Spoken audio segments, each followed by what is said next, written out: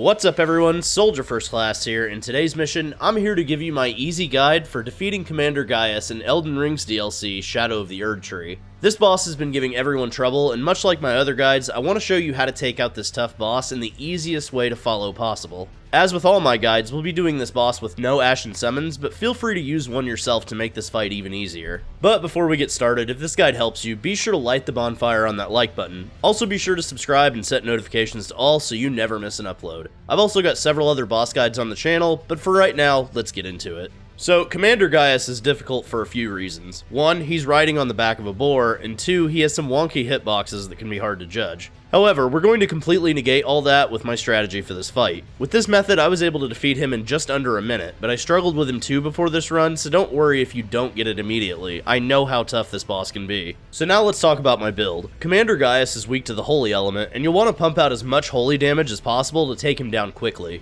So for my personal build, I went with the Sacred Greatsword with the Lion's Claw Ash of War, Sacred Misericord for insane critical damage, and the Fingerprint Shield for damage negation. Make sure that you have no skill equipped on the Great Shield because you'll be able to unload your main weapon Ash of War anytime. The beauty of Lion's Claw is that it also allows you to eat hits and still get the attack off, though you will still take damage during the animation. You'll also want any seal for your buffs and any staff for your spell that buffs your shield. We'll get into that in a minute. Now let's talk about armor and talismans. For this fight, you can pretty much just use whatever armor you want. I've been running the Black Knife set pretty much the entire DLC and haven't had any issues. As for talismans, I used the following: Sacred Scorpion Charm to boost holy damage but lower damage negation, Shard of Alexander for a 15% boost to skill damage, the Pearl Drake Talisman +3 to boost all non-physical damage negation by 11%, and the Dragon Crest Great Shield Talisman for huge physical damage negation. The last two talismans will more than make up for what the Scorpion Charm reduces in damage negation. To get the Pearl Drake Talisman +3, you'll need to have completed most of the Shadow Keep and unlocked the storeroom 4th floor side of Grace. Teleport there and then turn around, get on the railing of the balcony and look for the giant hanging omen with its outstretched feet.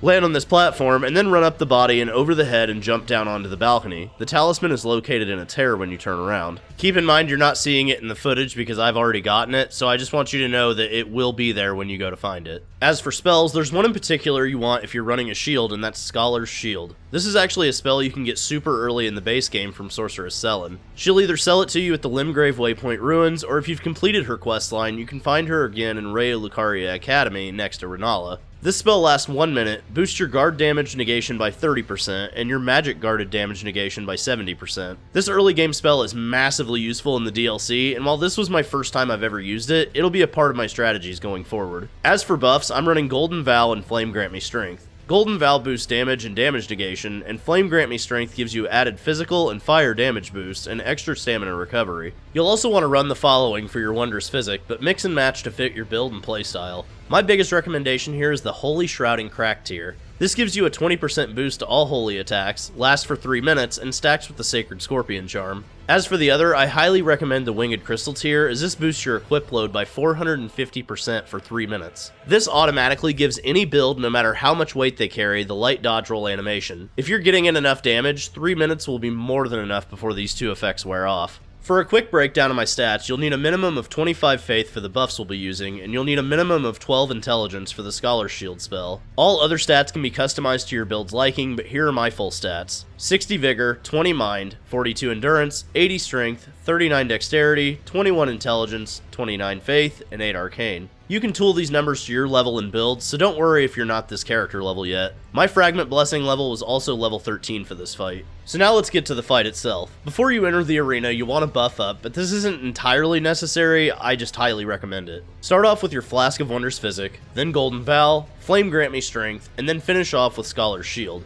Switch back to your main hand weapon and enter the boss arena. Commander Gaius will run into the arena on the back of his boar, and his opening attack will be to charge you. If you're running the Great Shield, you can either straight up tank this hit or dodge roll to the side to avoid it, but quickly block again if you do because he has a follow-up attack immediately after. The best course of action honestly in this fight is to just tank these hits and follow up with your Ash of War when he drops his guard. Much like any riding boss or enemy, the mount will be used in combat here. When the boar goes to stomp you, tank the hit with your shield and then Ash of War it. The thing with Gaius is that if you're running a melee build, you want to remain nice and tight to the boss so you can unload these attacks in the proper range. Once you've broken his stance, go to the boar's head, switch to your Sacred Misericord, and land the critical hit. The Misericord can be combined with the Dagger Talisman for even more critical damage, but the weapon itself does a lot of damage in its own right. Gaius also features gravity magic in his arsenal. He'll coat his spear in it and stab you, but after around 40 to 50% health, he'll also transition to phase 2, where more of his attacks are gravity based. When he launches himself and the boar into the air, he's going to eventually come down to the ground and blast a gravity attack at the point of landing in front of him.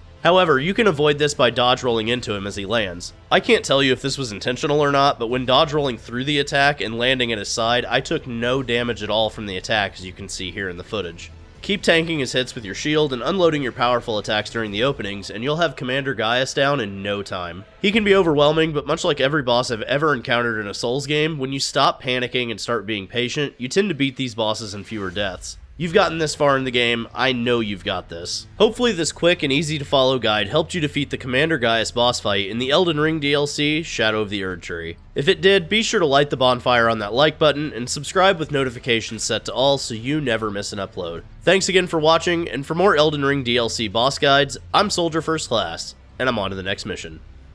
Later guys.